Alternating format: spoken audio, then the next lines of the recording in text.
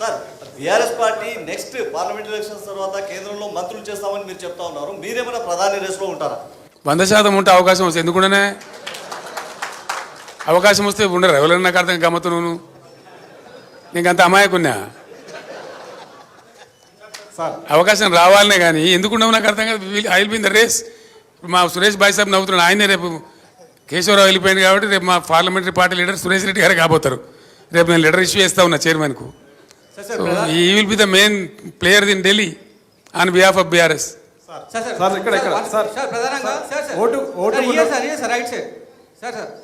మళ్ళీ వాడేమైనా నా మీద నిషేధం పెట్టగలడా? టైం ఎంత అయింది? కేసీఆర్ సార్ అవునా ప్రధానంగా బీఆర్ఎస్ పార్టీ నుంచి వీడి వెళ్తున్నటువంటి నేతలు ఎవరైతున్నారో పార్టీ పైన ఆరోపణలు చేస్తూ పోతున్నారు. పార్టీలో చాలా మంది షిండేలు ఉన్నారనే మాటను మాట్లాడినారు. ఒక క్వశ్చన్. నెక్స్ట్ ఇంకో క్వశ్చన్ సార్, అసెంబ్లీ ఫలితాలు చూసుకుంటే ఇందాక మీరు కొన్ని ప్రిడిక్షన్స్ చెప్పారు. బీజేపీకి ఎన్ని వస్తాయి, కాంగ్రెస్కి ఎన్ని వస్తాయని చెప్పి. పెద్దపల్లి పార్లమెంట్కి సంబంధించి ఆల్రెడీ అసెంబ్లీలో అన్ని స్వీప్ చేసేసింది. థర్డ్ ప్లేస్లో ఏ రకంగా ఉంటుందని చెప్పి ప్రిడిక్షన్ చెప్తున్నారు. ఖచ్చితంగా చెప్పచ్చు బ్రదర్. చాలా సింపుల్ అది. ఎందుకంటే పోయినసారి ఎన్నికల్లో మేము 7 అసెంబ్లీకి ఇచ్చిన సీట్లు 2 కోల్పోయినాం. మేము పోయిన పార్లమెంట్ ఎన్నికల్లో 18లో మేము గెలిచిన తర్వాత 7 అసెంబ్లీ సీట్లు నిజామాబాద్ సెగ్మెంట్ మేము గెలిచినాం. కానీ మేము అక్కడ ఓడిపోయినాం. అట్లా 6 సీట్లు గెలిచిన దానికి కూడా ఓడిపోయినాం.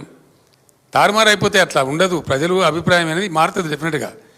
ఈరోజు నేను ఇందాక చెప్పిన కారణాలన్నీ ఒక ఎత్తు.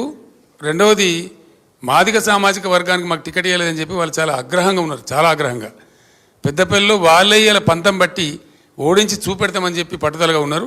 ఆ ఫలితం ఆ పార్టీ అనుభవించక తప్పదు.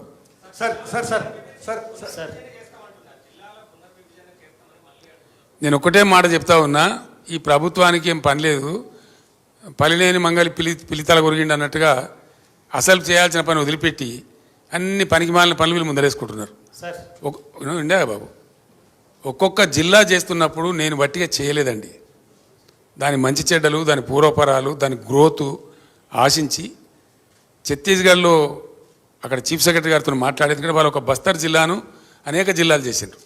ఎట్లా చేయాలని అడిగినప్పుడు భూపాలపల్లి జిల్లా ఏర్పాటు చేసిన, ములుగు ఏర్పాటు చేసిన, ఇంకా కొన్ని జిల్లాలు ఏర్పాటు చేసిన, వాటి భౌగోళిక పరిస్థితులను బట్టి అవి గ్రోత్ కారిడార్గా మారాలని చెప్పి అక్కడ లైట్ రావాలి, అడ్మినిస్ట్రేషన్ పోవాలి, అక్కడ కలెక్టర్ ఉండాలి, ఎస్పీ ఉండాలి, ఉంటేనే బాగా జరుగుద్దని గతంలో కలోలిత ప్రాంతాలుగా ప్రకటించిన సిరిసిల్ల జగిత్యాల కావచ్చు, భూపాలపల్లి ములుగు కావచ్చు, స్టేట్ బార్డర్లో ఉండేటువంటి గద్వాల జిల్లా లాంటివి కావచ్చు, చాలా ఆలోచనతో తెలంగాణ యొక్క ప్రగతిని ఆశించి చేసిన జిల్లాలు అవి.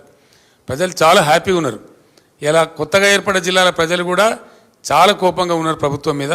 నేను పోయిన ప్రతికాడు అడిగినా, మీ జిల్లా తీసేస్తారంటే యుద్ధానికి సిద్ధం సార్, ఎట్లా పోతావు చూస్తామని చెప్పి మాట్లాడుతున్నారు.